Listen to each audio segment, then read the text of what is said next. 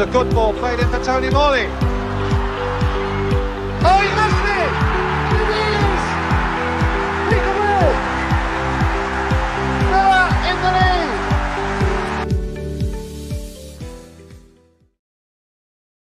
lead! Good evening, Aston Villa fans, and welcome to the Villa Forever podcast. I am your host, Chad Williams. Please make sure to subscribe, and you can follow me on Spotify, Apple, and Amazon Music. Let's spread awareness of Duchenne muscular dystrophy. Do what you can for the fight of DMD. This evening, I'm joined by my special guest, Martin Lambert, who is the host of the Talking Town podcast. This is the pre-match talk show. We'll be doing the Premier League match preview, Aston Villa vs Ipswich Town. On Saturday is a 3-pin kickoff at Villa Park against the Tractor Boys. And after last weekend's outstanding FA Cup performance against Spurs, and the Champions League dream is still alive, we are fighting on all three fronts. And as a Villa fan, the last few weeks have been very exciting, and there is a real feel-good factor around the place at the moment. And Ipswich Town are the visitors, and Ipswich are in a relegation fight, currently 19th in the relegation zone. Great to have on the show, Martin. How are you? Hello, Chad. Yeah, thanks for having me on, and thanks for reminding me where we are in the league table. I really appreciate that line there. Excellent. It's an honour to be on a Premier League match preview show. I'm not quite sure how many more there will be. I'll be able to feature on, but it's great to be with you. Yeah. Well, yeah, as a Villa fan, I can't be more happy at the moment. I mean, the last 16 of the Champions League and the 5th round of the FA Cup. So are we. Just gonna. Yeah. That's one good thing. Punch that in there. So are we. It is a good thing. Yeah, it is a good thing. And you're right. You are having I said it before we started, you're having another great season. You've had a great year last year in the Champions League. You did really well in that so far. And you mentioned there in your introduction that you're fighting on all three fronts. I'm clinging to the straw that I'm clinging onto here. That's a little bit we can use against you there. That you've got three focuses, and maybe Town can somehow nip in, but we'll get through that, I'm sure, through the course of the show. Good. What it is, this side of the season, we can actually now build some momentum and get like a run together. Especially now, I think, you want to get the Champions League places again. We've got to improve the league form, I think. No disrespect to Ipswich. But we should win. I think we should win. Look, the bookies would agree with you. Most fans would agree with you. I think only Town fans would probably disagree with you, and some of those are speaking more with their heart than perhaps necessarily their heads when they say it. It's going to be a tough game for us. We've got no illusions. Every game's been tough. We've just been beaten at home in the league by Southampton, who, on paper were the division's worst team. So we ain't going into it under any illusions that it's going to be a really tough game. Really tough. So that's Southampton defeat. A very damaging blow for your season. But there's not expectation going into that game. There was a lot riding on it. There's always talks of must wins at any point of the season, and but certainly it was a relegation 6-pointer, and to be at home, to get yourself back in the game, having conceded, and then the manner in which we did eventually lose, it's a big blow, to the fans, But you're hoping it's obviously not a huge blow to the dressing room and everything else, because there's a lot of games still to play. There's still a lot of points left up for grabs, and we've got to get ourselves up, dust ourselves down, and go again. Really. Yeah. As an Ipswich fan, I mean, it's been a real roller coaster for you. To think that for League One, there's back-to-back promotions. Premier League, that's a great achievement. Only a small number of clubs have done it, and it's a reason why only a small number of clubs have done it. Is because it's not an easily achievable thing to do, go back to back, particularly from League One right through to the Premier League. And yeah, it's been a roller coaster. It's been, and today we had an ex-player who, absolute legend, Martin Lambert, who announced his retirement. And just think back to when he left the football club. We spent so long in the Championship. We were still a Championship side, but we spent so long, finishing 14th, 15th, just bobbing along, just spinning our wheels. And here we are now in the Premier League. We had to go back to go forward, and it's been a roller coaster, a huge roller coaster, Chad, a huge one. From a Villa point of view, but the second half of the season, for Uno Emery, it's about consistency. And we really can't afford now for any slip-ups.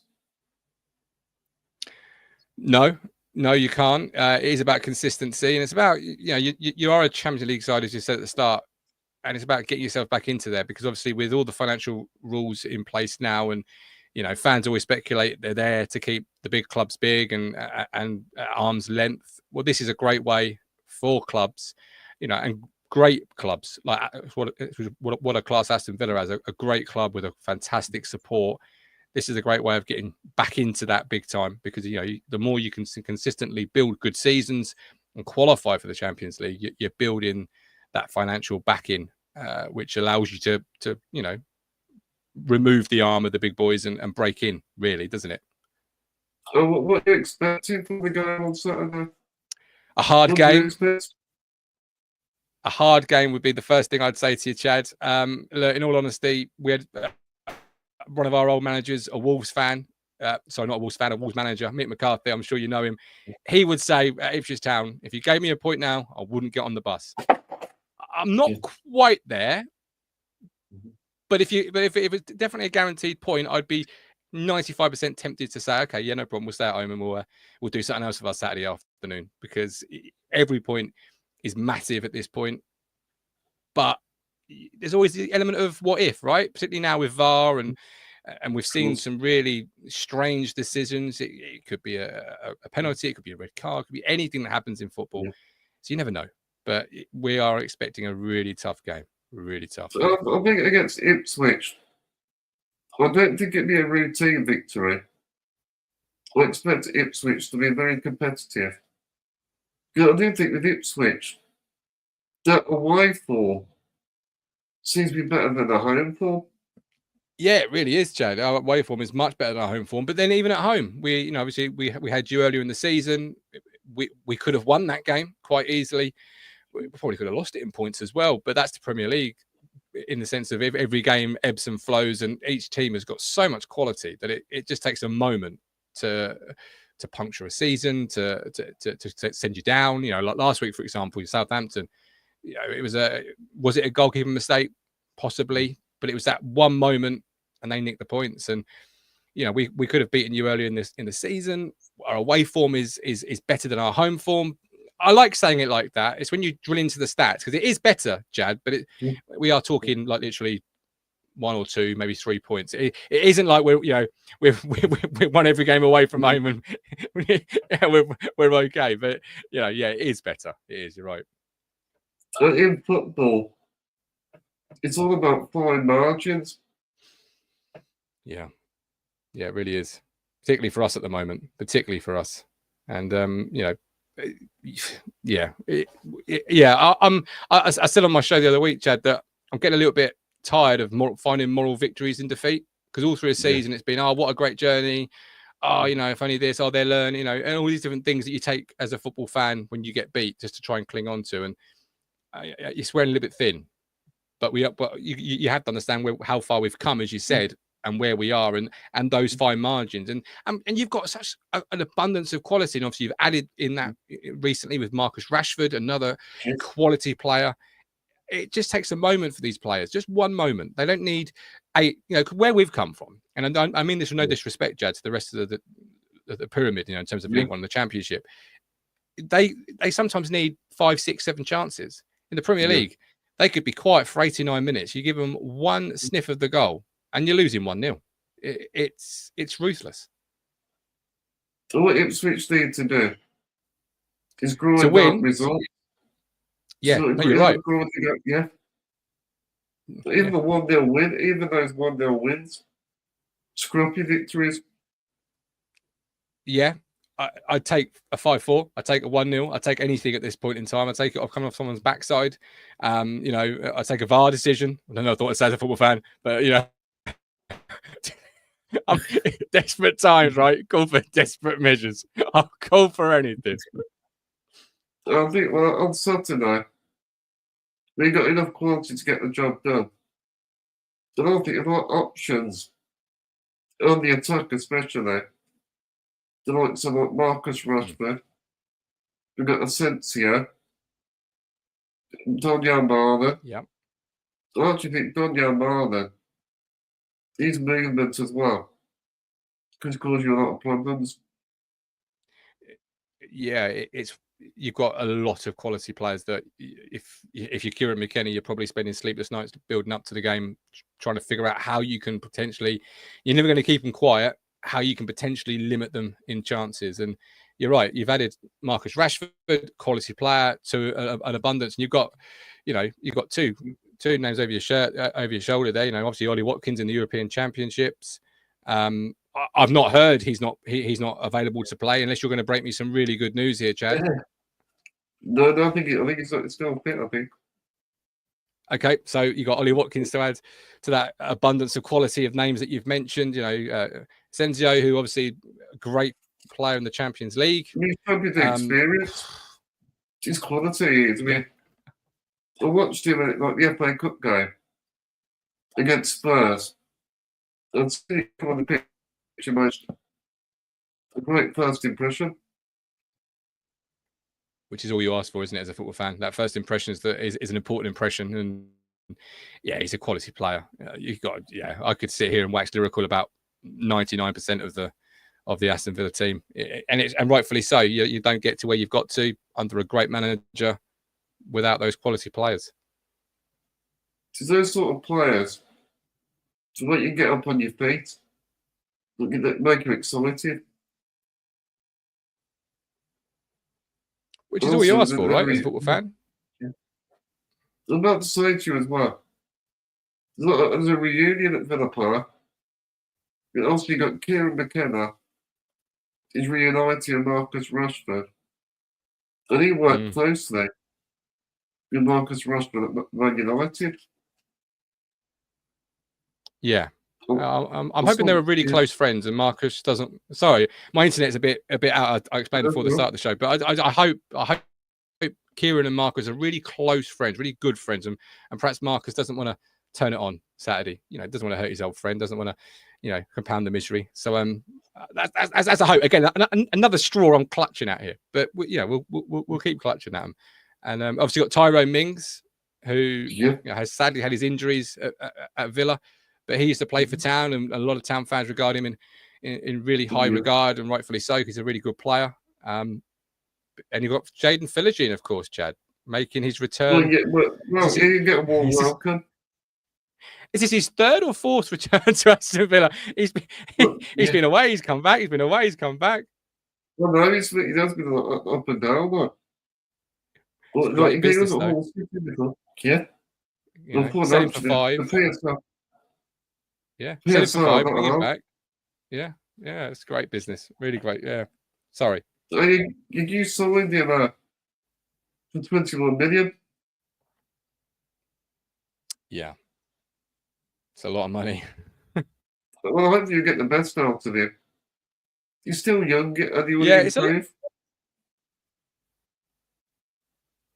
Yeah, I think so. And again, sorry for cutting across you, but yeah, the fee is a lot of money. I mean, you know, we've spent a lot of money ourselves this year, but you have spent a lot of money to try and bridge that gap, particularly after back-to-back promotions. But as a fan, that, you know, for so long, all my life, Chad, growing up, Town have argued over pennies, really, when it comes to transfers. It's felt like. So to sit here and say, yeah, we've signed a player for what you just said is there is £21 million. It's still a lot of money, and yeah, we pray that we can unlock something in him that helps us in our battle this season. You know, he's a great talent. I think he's going to be a really good player in time. We just hope, obviously, as well as being a great player tomorrow, we can get something out of him today, and obviously try and stay in the division, really. And did Pinergy, did he score last week? Or the week before, was it? No, last week away to Coventry in the FA Cup. Yeah. And you know, and in the opposite to hoping Marcus Rashford doesn't turn it on, I'm hoping Jaden Philogene really turns it on and proves Unai Emery and Aston Villa players, fans, the club, etc., that they were wrong to obviously let him go, even though it was a good fee for them. That they were perhaps, you know, wrong to let him go. That's what we're hoping as Town fans, certainly. And Philogene, he played against Bayern Munich. Still wonders for his career. Yeah, he did again. Yeah, I suppose you are signing a player with Champions League experience. I guess, you know, that's another way of adding a couple of million onto the fee, isn't it? You know, he's playing the Champions League this year. Yeah, oh, that's another 2 million, I guess. I'm sure it's how it works. Because Philogene, he's got a lot of potential. And what I like about him was his trucking back. He does. He works very hard, I think. What we've seen, Chad, it's been very limited. You know, we saw obviously a more of him against Coventry. Now, Coventry played, you know, a fairly strong team, but you got to understand, obviously, you know, they're a Championship side. So as a fan, you've got to sort of pump the brakes a little bit and say, okay, you know, who we're playing, what's the situation. But in terms of what we've seen of him so far, Chad, it's been limited. So we're all waiting as Town fans with an open mind as to, okay, what sort of player have we signed and what can we get out of him? Well, I mean, just defensively, I just think he needs to improve the attacking side of his game, but taking on players and decision making. Was that one of the things that when you saw him at Villa that was a question mark? Was the decision making then? Was it? Yeah, that's what I probably would say. Yeah.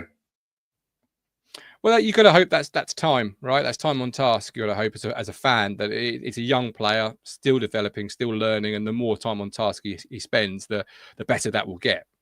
I've seen some players that, you know, they never get it, but as a Town fan, having spent over £18 million, you got to hope he does. He builds up his experience. You know, he thinks he's going to keep learning. I'm looking forward to seeing him play, to be brutally honest.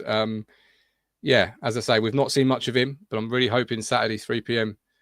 he lights up the place and we're walking away. Match the day are raving about it. And, you know, the Sunday papers are all writing about this sensational return, and Villa fans are left a little bit upset. Not mean to be horrible to Villa fans, but, you know, as a Town fan, we need it. We desperately need it. Well, I bet you live in hope. Sorry? You live in hope. You live in hope, absolutely. That's all you can do as a football fan, live in hope. I think with Philogene, you know, he'll get a very good reception for the Villa fans. Yeah, I fully expect he will. You know, and I'm hoping he uses that to his advantage. But he may start, he may not even start on Saturday. You know, we have used a lot of players this year. We have made a lot of changes most weeks. So it's always one thing as a Town fan, even after this period, more so this year than other years, but certainly this season, we can never really nail down as fans the 1 to 11. You know, you can see 4 or 5 different fan predicted 11s, and any one of them could be right. And they've all got different players in, because that's kind of how we've rolled, it feels like, this year, you know, in the sense of 7 to 8 changes maybe not 8, maybe 6 to 7 changes every single week, which is not great. You want to try and build that consistency. So he may not even start on Saturday, but whatever minutes he gets, and he will get minutes, I'm sure. I've got to hope they're good ones. I think that I analysed for the 2-2 draw in Portman Road was Ipswich. I think they could cause us problems. We've got to be careful for Ipswich in the wide areas. Yeah, we have invested in our wide areas. There is a running joke that we've got about 10,000 wingers at the football club, because every window we seem to have signed a fair few. So we have invested in those areas, and we have Leif Davis at left back, who is a player that really likes to get forward in a very similar vein, I believe, to your left back. And we have an inverted, I'll say inverted, I'm sure there's probably a more modern term. There's all modern terms in football for everything these days, but I'd say inverted left-sided player that allows Leif Davis to become a winger effectively, and leading assist in the championship, record breaker I think he was last year from memory in assists. On the right, but it's really while we're strong, Chad. Again, as I said before, it's about, I can't really tell you who's going to play, because it's not been that this season. But Jack Clark had a great game, or a good game, perhaps not a great game, but a good game certainly against Aston Villa in the home game. Got Jaden Philogene, if we've spoken about. Amari Hutchinson, who we spent some money on. We know Amari Hutchinson. I really like him. Yeah, he's a player very similar to Jaden Philogene in that they're both very similar ages, with their best years ahead of them, and we've signed them both for more or less the same amount of money. And again, that's recruitment for tomorrow as well as today. And he is a player that grew last year in the championship as the season went on. And I'm hoping, again, as a fan, Chad, that this second half of the season, or this back end of the season, he grows again, and we see the very best of Amari, and he starts to really sort of step forward. He had a great goal against Manchester United. But outside of that, he's like many of our players, just learning to play at the elite level, and it is an elite level. With him as well. He carries the ball really well. Amari Hutchinson. Yeah. And he's a bit very similar to Morgan Rogers type player. Very direct as well. Yeah, and I'm hoping if he plays in that right-hand side pocket, that because your left back likes to get forward, I believe, that there's a lot of space there. Yeah, so there might be a lot of space there where if we can find Amari, get him on the ball in space, get him turned around and at the Aston Villa back three, or covering midfielder, so 4 or 3 players. I'm hoping that could be a real part of our success if we have any on Saturday, because there can be a lot of space, I thought, with your left back being so adventurous, that a player like Amari, a player like Jaden Philogene on that right could find the space in that right pocket and just use it. At Portman Road, when we played each other, there's a lot of space. Not in the wide areas where you left. So I think in this game, the fullbacks will be important for Villa. That battle with the wingers in the wide areas. Yeah, I agree. So when your left back gets forward, how do you operate as a team? Do you operate as a 3? Do you shift across to a back 3 effectively? If you lost the ball, does a midfield player sort of seemingly transition into that position to form a 4? What is your defensive shape, Chad? If you don't mind me asking, when you lose the ball. We say Martinez. Yeah. Just like Matty Cash. Obviously, you have the two obviously concept. I think we're expecting this guy. Kamara, he'll bring it up the back. You got like Luca D. What Luca D likes to do is he's like plays very forward. Yeah. So he acts like like an extra like a wing back. Like a wing back, really. It's nice to watch. Emery sort of, he can tweak it as well. That's the one thing about Unai Emery, that he's a tactical genius, really. Some of the stuff he does, and in game as well as leading up to it, in the sense of how he sets his sides out. But yeah, in game, I'd say from the outside looking in. Again, I'm not an Aston Villa fan, so I could be wrong. But from the outside looking in, yeah, I think tactical genius is up there. In terms of phrases you could use about his management style. I like Unai Emery, and he's having some great success at Aston Villa after what was a disappointing perhaps run with Arsenal. But he's transformed the football club, and it's supposed to over 2 years. Very similar to our manager, then. Yeah, it's great. It's great to see. It's great to see, because it's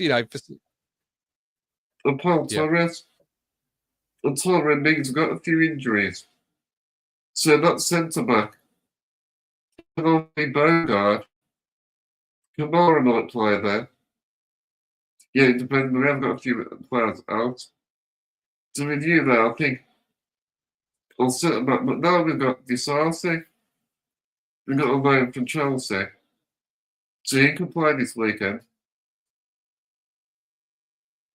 and he can come into centre back. I don't know much about him. I don't know much about that player, but any player you've got coming back or could play, I don't like the sound of, to be honest with you, because it's going to be a very good player 9 times out of 10. Ipswich like to do as well. They like shooting from distance, and sometimes they get a lot of joy doing that. It don't always come off, and sometimes it works. I'd like more of it, if I'm honest. Yeah, I would like more of it. A couple of times you think just have a go. If you ain't got a raffle ticket, you can't win the prize. But yeah, we scoring goals has been difficult for us in the box, out the box, set pieces, and keeping them out, as you'd expect for a newly promoted side, has also been very difficult in the box, out the box, set pieces, etc. But yeah, when we take the opportunity from long range, we are pretty good. I think you're right there, yeah. So even to see the goals, your goalkeeper, Muric, is a decent goalkeeper. He's made a lot of sight. Good shot stopper. Well, he may be out the team on Saturday after. No, well, Christian Wharton's injured. He came in for Muric, who had a calf strain or something along those lines for Chelsea, which obviously was a great winner for us at home back in December. But there's been a few errors from Muric, which has led to some conversations on the terraces about the goalkeeping situation, and then the club made a move off the back of Christian Wharton being injured for what could be 6 to 8 weeks, I think, from memory, looking at the reports. Could be longer, could be shorter. Don't hold me to it. But we made a move for Alex Palmer of West Brom, who we signed him for 2 million, rising to 5 on a whole host of add-ons, probably survival being one of the add-ons. But he had a debut in the cup last week to Coventry. He may start this week, because if you watch back the Southampton highlights, which I don't advise anybody to do really, because as a Town fan it's nightmare stuff. But the second goal particularly, and the first, but the second goal particularly, is one that sent the fan base sort of chatted about, could he have done better with it? Should he have done better with it? Yeah. But we are where we are, and I think he will be a good goalkeeper in time. It's just perhaps he needs more experience. Just a moment to have a breather. Yeah. Or, sometimes when you're a goalkeeper of a freshly promoted side, you're going to face a lot of shots. Or you're younger, and you're not going to keep every single one of them. And then when you make mistakes, and make errors, sometimes you just need to take a step back, have a breather, because there's still a good goalkeeper in there. And that's what I'm clinging on to anyway. But he may start, but Alex Palmer will probably start on Saturday. Well, I think as well, Ollie Watkins, we mentioned him. I think Morgan Rogers, he'll cause you a lot of problems. That's what I personally think on Saturday. I think yeah, it's not a question of who may cause us problems. It's a question of how many may cause us problems, if I'm honest. Because, as I said earlier, you could list the Aston Villa attackers, and I'm not a betting man, but you put £1 on them to score at the odds. You might be happy come Saturday night. I know I won't be, but you might be. I think was it Rodgers and Watkins at Portman Road? Were they the goal scorers? Yeah. Yeah, that's what I'm thinking. Yes, I believe they were. Yeah. Yeah, and that was back when I was enjoying being in the Premier League and just watching quality players.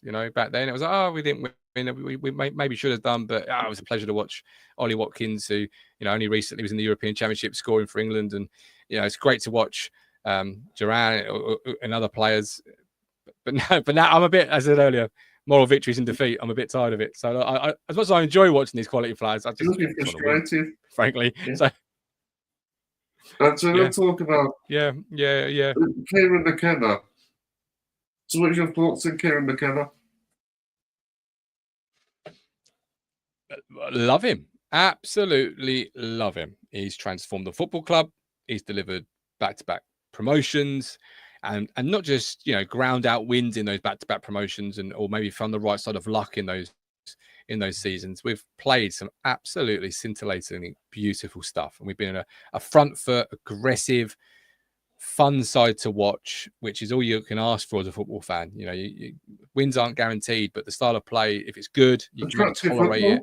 It's been attractive, scintillating football that has delivered results, transformed the club. And this year he's found maybe a little bit, obviously, well, not a little bit, he's found it tougher than previous years.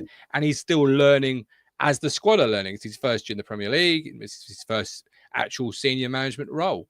And obviously the first time since he became a manager, really, where he suffered setbacks in the form of defeats and, having to really, get back up and build your own momentum and things like that. So he's learned as the season's gone on. The squad's learned, but as a manager and as a man, I can't think enough of Sir Kieran McKenna. He's just brilliant.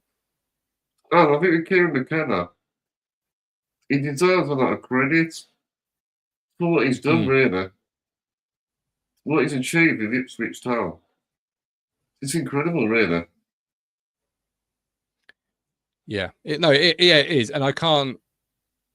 There's not enough good things I can say in an emphatic way to really show that how much he is regarded and loved by every single Town fan. Like, from where he came in and where we were, which was bobbing along in mid-table in League One, to where we are now, to even think about trying to survive in the Premier League is. But back then, if I said to you, "Hey, Chad, in 3 years we'll be talking about Aston Villa, Ipswich Town in the Premier League," I probably would have, I probably would have thought I'd gone mad. Nonsense, you were saying nonsense again. Yeah, I'd have thought you're dreaming, absolutely dreaming. But yeah, here we are. Also, Kieran McKenna is a caretaker manager. And Man United, only got a Solskjaer. Also, when he got sacked. So he's built up his experience as well as his knowledge about the game. Yeah, and what I found interesting with that is obviously he was a member of staff that was always kept on, because obviously Man United have gone through a lot of managers. I think it's fair to say, since Sir Alex Ferguson left the club and retired, but he was always seemingly kept on. Jose Mourinho and other managers, and obviously Jose is one of the best managers in football, and he learned under Sir Bobby Robson. So there's that. Yeah, so there's that lovely link between McKenna to Jose that goes back to Sir Bobby, and obviously Sir Bobby is a hero. So around Ipswich Town and probably wider football circles. So yeah, there's that romantic look at it as a fan, if you like. Get up like Michael Carrick. Yeah, as well, like at the same similar time. Obviously he's at Middlesbrough now. That's right. I was about to say, Middlesbrough now, and he's doing well by all accounts at Borough. So, Man United's manager was probably there all along, right? Yeah. With Kieran McKenna, he's also studied the game really well. And what I like about Kieran McKenna, he's very passionate. Yeah, but and passionate, knowledgeable, down to earth, genuine. Yeah, he's a great guy, a great man, great manager. So yeah, I hope he stays for forever. And when there was talk of him leaving in the summer, there was a shock, upset. He stayed, but yeah, I mean, no Town fan I think would probably ever say, no, we need to change. What he's delivered has just been.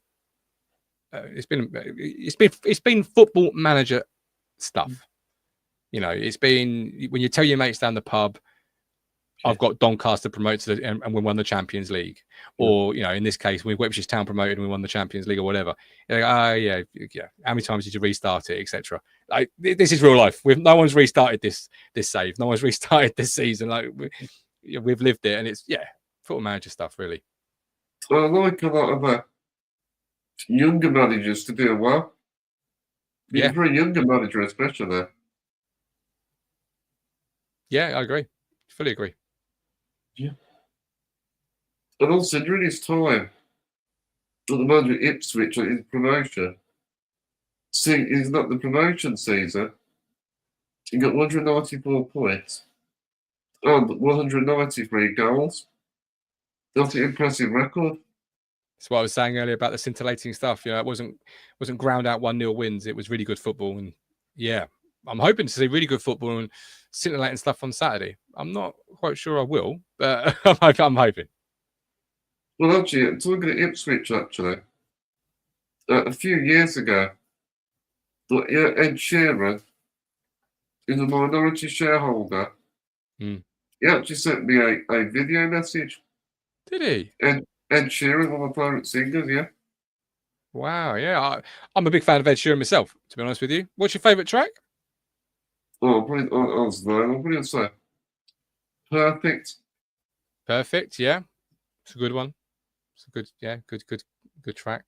Yeah. Yeah, that was touching because when I was poorly in hospital a few years ago, he sent me a Get Well what video. That's lovely. He's a nice guy by all accounts. Can't say I've ever met him. But yeah, that speaks volumes about the character of the man. Yeah, he's genuine. And a good singer as well, which helps. Yeah, he's talented, yeah. So let's talk about the Ipswich players. So which players would be a threat of all the Ipswich Town players? Well, yeah, as I said, it's hard to say one particular player because we don't, as Town fans, really know who will be lining up. But okay, no, scrap that. Wind that back. There is one player you can mention, and I don't know why it didn't come to mind straight away because he should have done. Mr. Delap. Absolutely brilliant centre forward. Mr. Delap. Yeah, Liam Delap. Rory Delap's son. We've not seen a long throw from him yet, so I don't know if he's got that in his repertoire. But as a striker, yeah. Well, I'm led to believe he is, unless I've read. Now you're making me question myself. But yes, I believe he is Rory Delap's son. That's interesting. Yeah, and look, great player. Taken to the Premier League like a duck to water. Will bully your centre halves, or certainly will try to bully your centre halves on Saturday. Knows where the net is. Danny Murphy called him the Harry Kane successor, and absolute brilliant player. Was signing for Manchester City. Talks of him going for big money in the summer. Talks of a Man City buyback clause of a certain figure.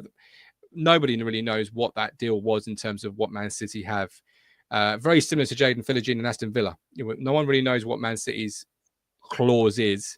We know there is one, but we just know that he's a fantastic player. And whether we stay up or not, Chad, no one's sure if he's going to stay. I mean, if we stay up, there's question marks. If we go down, there's probably a definite, departure. But phenomenal player. Yeah, you're really well. You might not enjoy seeing him. Actually, depends how the game goes. But if you've seen us play over the year, you probably would have really enjoyed him because he's a really good centre forward that will one day play for England and will one day all be celebrating Liam Delap goals. I mean, Liam Delap, he's got a lot of pace, and he's a good finisher.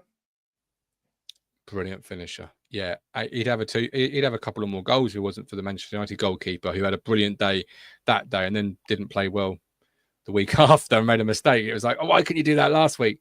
But he's just a natural. Everything about him is brilliant. Like as a fan, you just love it. He gets you off your seat with a shoulder barge into the centre half who clatters 4 yards. Yeah, clatters 4 yards into the stands or whatever, and he'll fight for every look. I mean, even at the weekend, we're winning 3-1, and he comes on for like last 10 minutes, and one of his first acts is knocking the Coventry centre half onto his backside, and you just like love it. Let's have it. Leave everything out on the pitch, and it's just an all or nothing player, but a really talented one with it. So yeah, love him. Liam Delap, he gets very stuck in. Yeah. He's up for the battles. Really, I think he feeds off it. I think he's one of these players that feeds off that battle and being dominant in the battle, but he equally feeds off the emotion of the fans. Obviously more so at home, but even away, you got a real strong following from Ipswich Town, and I think he feeds off that because obviously when you see a tackle go flying in, Chad, you're pumped with them, aren't you? You're like, yes, that's what you want to see. You want to see, yeah. So you react to it, and I think he feeds off it, and I think that sort of is one of the things that drives him. That little bit of that passion, that emotion, fuel. I can't speak more highly than enough of a player that we signed in the summer with question marks of, is he worth this, or is he going to get enough goals, and now whatever we signed him for in the summer, it wasn't enough. It was an absolute bargain. I mentioned a few young players. Also, you got Clark. Yeah, in and out of the team is what I'd say about Jack Clark. And you got Smodix. He's been injured recently. He came back against Coventry, went off injured again with the same ankle. There's talk that he could maybe be a surprise inclusion this weekend. But yeah, he's got 4 goals this year, which in a team that struggled to score goals is quite a lot. I know Villa fans will probably say, well, one of us and I've got 4 goals or whatever, but to us that's 4 massive goals, and I think he puts him like second top goal scorer. So yeah, he's been a good player for us. Signed from the Championship, their leading goal scorer last year in the Championship. Yeah, it's a good player. He's made the step up like most of the squad have. Championship top goal scorer last year. I love him. He's again a bit like the Lap. He chases everything, he fights for everything, and he plays with a real chip on his shoulder. And I like players that play with a real chip on their shoulder, got a point to prove, or feel like they've got a point to prove. It just, yeah. It wouldn't surprise you. I used to be a defender, so crunching tackles and playing with a chip on my shoulder was my sort of thing. So any player that sort of. Well, if you tend to, you ask, to be honest, I would say yes. Most of my friends or those who saw me would say no. Yeah. But I tried. I was a trier. Let's put it that way. That's what you got to do. You got to try in life. Absolutely, yeah. So what have you made of Calvin Phillips? Yeah, interesting one, isn't it? Undoubtedly, there's a talented football player in there. Now, for whatever reason, his career has stalled after what was a really big move to Manchester City. He's not the first player to have moved to a big club and had his career stall. He went on loan last year to West Ham. It didn't work out for him there for whatever reason. And this year it's been mixed. It's been in and out of the team. He's had good performances. He's had not so good performances. Injuries. Thank you. Yeah, he's been injured a couple of times. I like him. I think there's a really good player in there. I think he's got a good passing range, which other midfield players don't particularly have. But I don't think he'll start on Saturday. If he does, we've probably slammed the handbrake on and played 2 defensive midfield players. So it could go either way. But I don't expect him to play. I think it'd be Jens Kajust, who we signed on loan from Napoli, who was going to Brentford in the summer. Then that deal broke down, so we swooped in. and I think it'd be our skipper Sam Morsey. That'll be our midfield too. But yeah, Kelvin Phillips, I think he should be playing for me. I would play him. He's got good passing range, but in terms of how's it gone, it's been up and down. With Southgate, he played a lot for England. There was actually a time, it might have been the Euros, what the Euro before, in 2020, they actually played.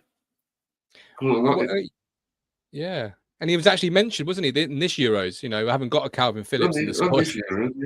Yeah. He was mentioned in a press conference, I think, from memory, where Gareth Southgate even said, I think, I haven't got a Calvin Phillips in the squad.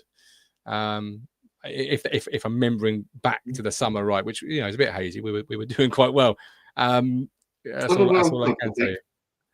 Yeah, one of the tournaments, but yeah, there's a player in there, Chad. It just when we signed him, we hoped and prayed that McKenna, who had got so much out of other players, was able to get something out of Calvin. And there's still time in this season, but it's been such an up and down season. But it was called Calvin Phillips, the Yorkshire Andre player. That's exactly what I was saying a second ago. The passing range, he's got a fantastic passing range, but it's just consistency for him, I think, now. And his work rate. And his tackles. I can't question that. He's been a real phenomenal work rate when I've seen him play. He's not shy of making a tackle, which you love as a fan. But no, in terms of work rate, I can't question that this season. Perhaps other fans of other clubs would disagree. I don't know, but yeah, I don't think he'll play Saturday though. No. So let's talk about the FA Cup draw. So for both teams, what do you make of the FA Cup draw? Well, considering who was left in the cup, from our perspective, not brilliant, if I'm honest. Nottingham Forest riding high in the league, looking to be the Aston Villa of this season, where they break into the Champions League places. Nuno's done a great job. He's done a phenomenal job. He really has. You look at the other teams in it. I don't mean any disrespect when I say it. There's some Championship sides in there, and you think, if you could draw one of those, you never know from that point on. So to get Forest, Nottingham Forest is. Yeah.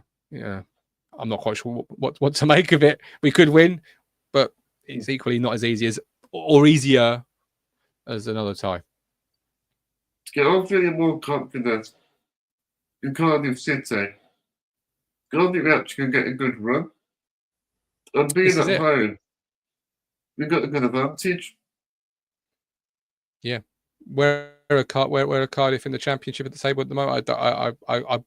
I don't really know, but that's the sort of tie I was talking about and thinking about, in the sense of it's a good opportunity to go into the next round, and then from there you're seeing this it's on the last round, big sides being knocked out. You don't know who's going to be in the tie with you should you go through. Exactly. Yeah. Beating Liverpool, and now they got Man City at the Etihad. Yeah, and Man City. Yeah, Man City only narrowly edged past Leyton Orient, and it's about getting yourself in the draw, really, isn't it? And seeing who's with you and who you've got. But it's a great draw for you, and it's an okay draw for us. It's just not, it's just not perhaps on paper what it could have been. England versus Wales. Yeah, of course. Yeah. And probably on TV. Yeah. But yes, we're going to televised as well. Yeah. I think that, and also what's good about it, a lot of the big teams are out the cup. So they're not getting more of a chance. So I actually think that we win this next one. You're de facto the big. Well, this is it. This is it. Yeah, and then you're one game away from Wembley, right? Yeah. Semi-final. Yeah.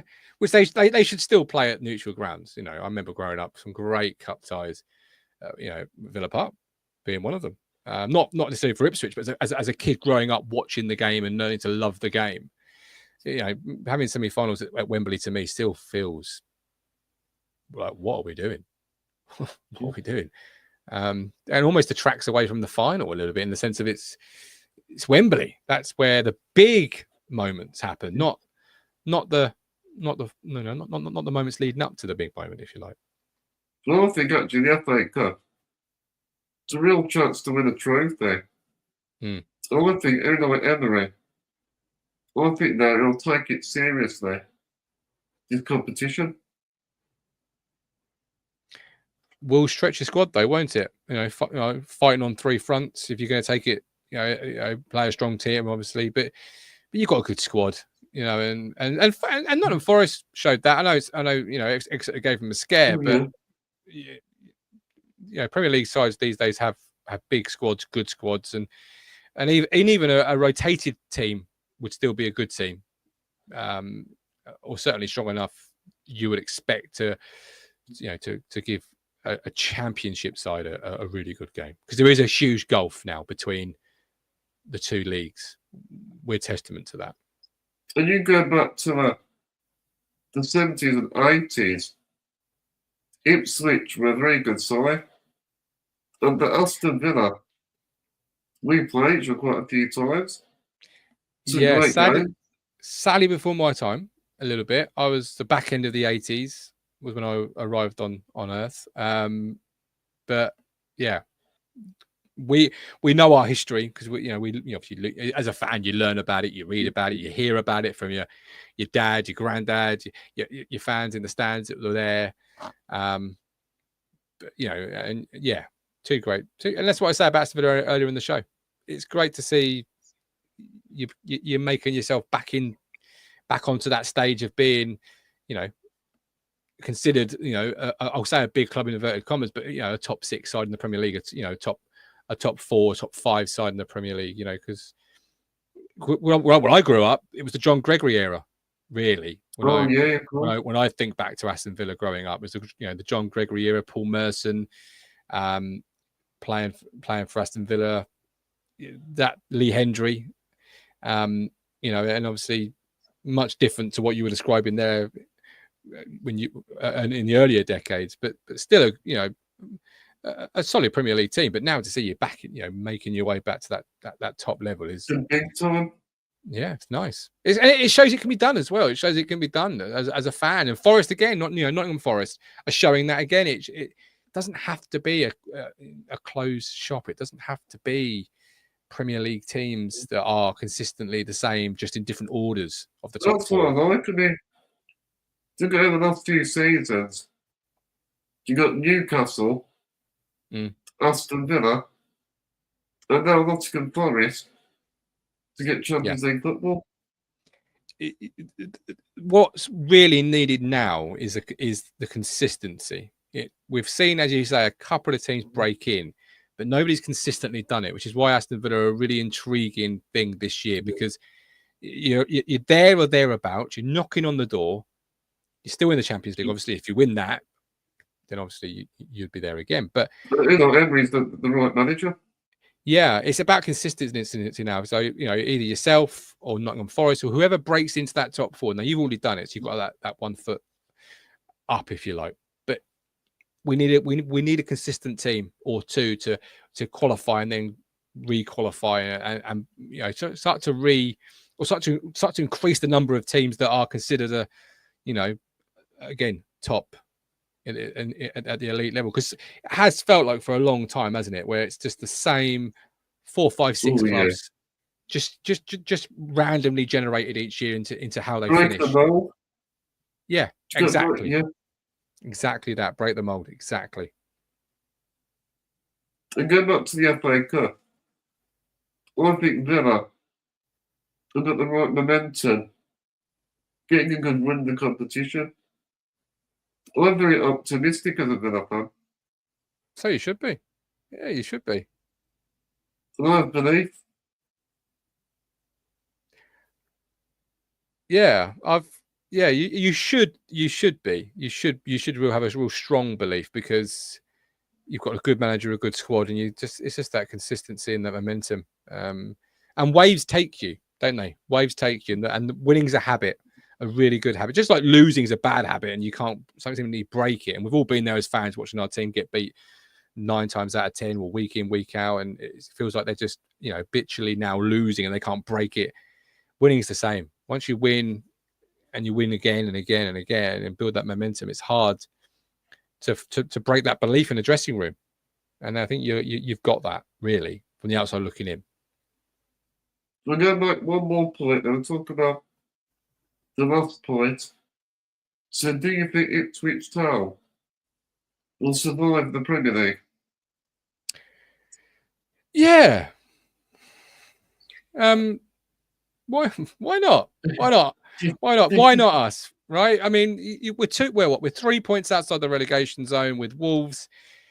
Why not? It just takes a result to ignite a season, and we've seen it countless times throughout the years of teams surviving or teams gate crashing the playoffs and the championship or whatever it might be. That one result ignites a huge momentum wave that sees them end up where they end up, and then if playoffs, promoted or whatever.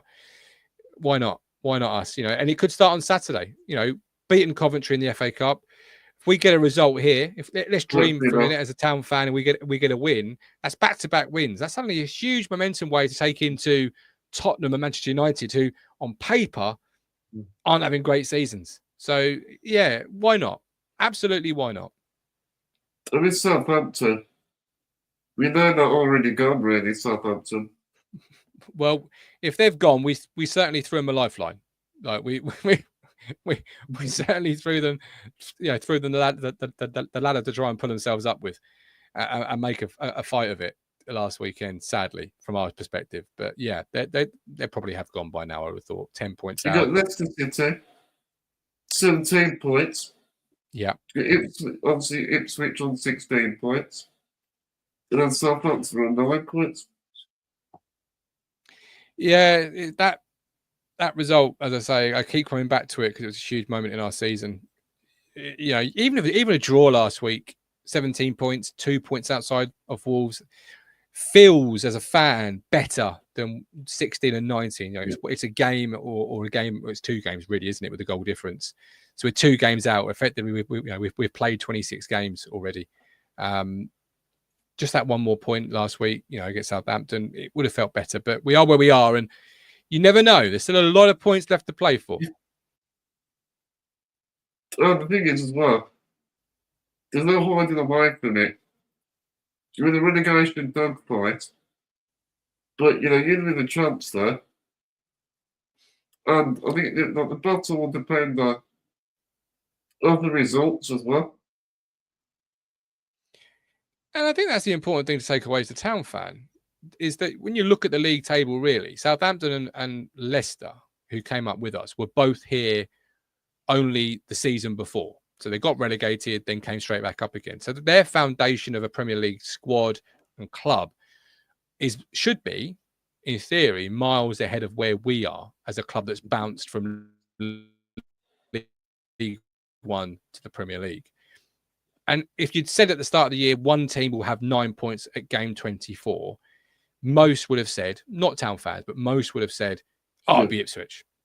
And the fact it isn't Ipswich, the fact that we are in the fight, is a huge testament to, everybody from the boardroom level down to, the ground staff, because we're in the fight.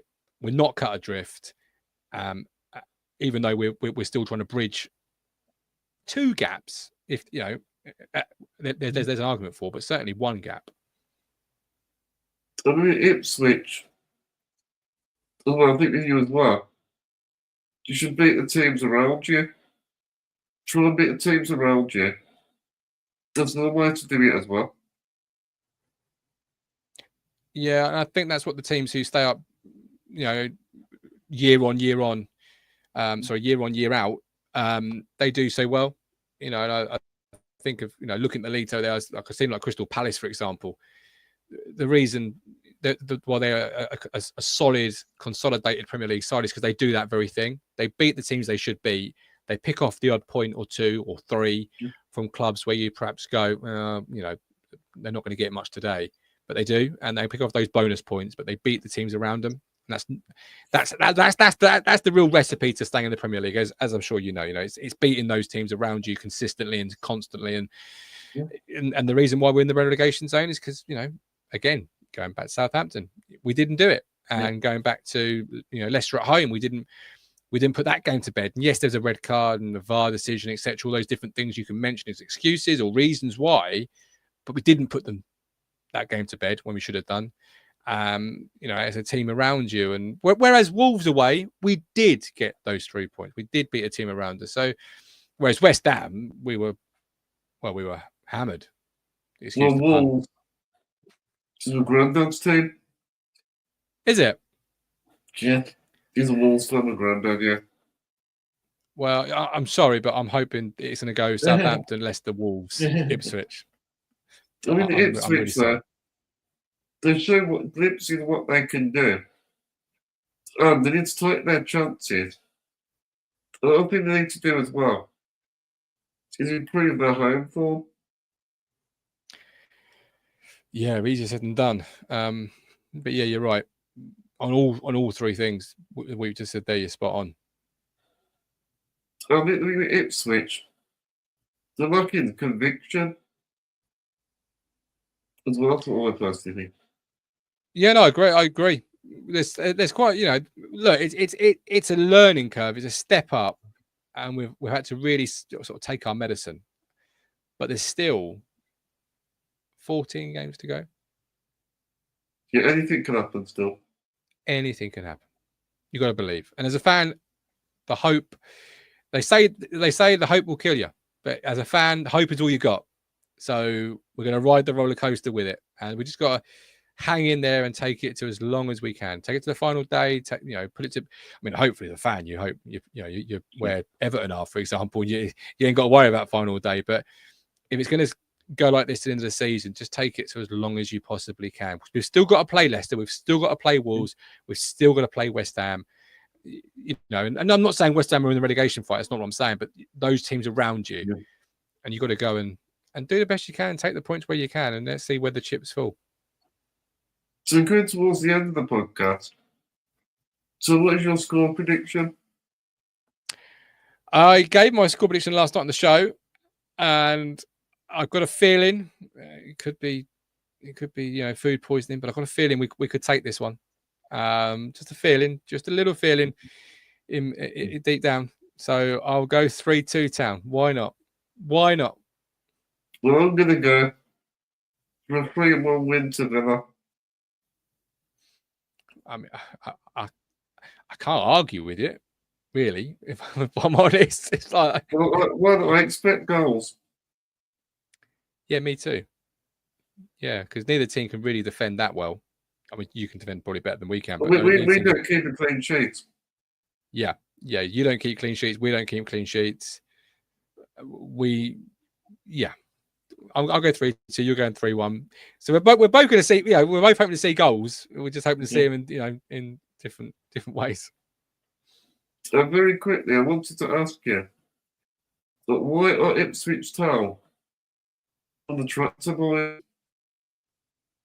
Now this is a good question, because this was coined when we were back in the Premier League in 2000, which I was only 11. So I may be wrong, and when I say why I think we're called the Tractor Boys, and someone could correct me, and I'll be happily wrong. But I think it was just because we were winning games in the Premier League, and it was a good. Okay. Obviously, and it was a good way of sort of sticking it to the opposition fans. The Tractor Boys, 1-0 to the Tractor Boys, or something along those lines. I've never really looked into the why. I've just grown up and accepted that. It's not agriculture, is it? It's got nothing. Honestly, I don't think it's got anything to do with agriculture or farming or actual tractors. Or the actual area. Yeah, no, I don't think it has. I think it was a way of, saying you were being beaten by the Tractor Boys or whatever. I don't actually know. Is the honest answer. What I would do in my evening now is go. is go and Google it, because I don't Yeah. honestly know. And I you know, growing up, it's one of those things that we kind of we did ourselves, and then you just accept it as an 11-year-old boy. That's our name. And then obviously here I am, 35 years of age, and I don't know why. I just accepted that we are called the Tractor Boys. So you've stumped me a little bit. I don't know. Well, you've been a brilliant guest. I really enjoyed it.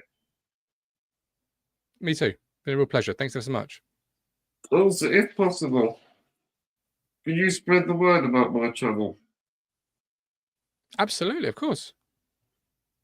Yeah, it'd be a real Thank- pleasure. oh, Yeah, I've thank really you, enjoyed talking to you about the upcoming game. And again, it's just another reason why I hope we stay in the division, because I get to come on, you know, great channels like this and talk to great people about the game we all love. And sadly, that's not down to me though, whether we stay here or not.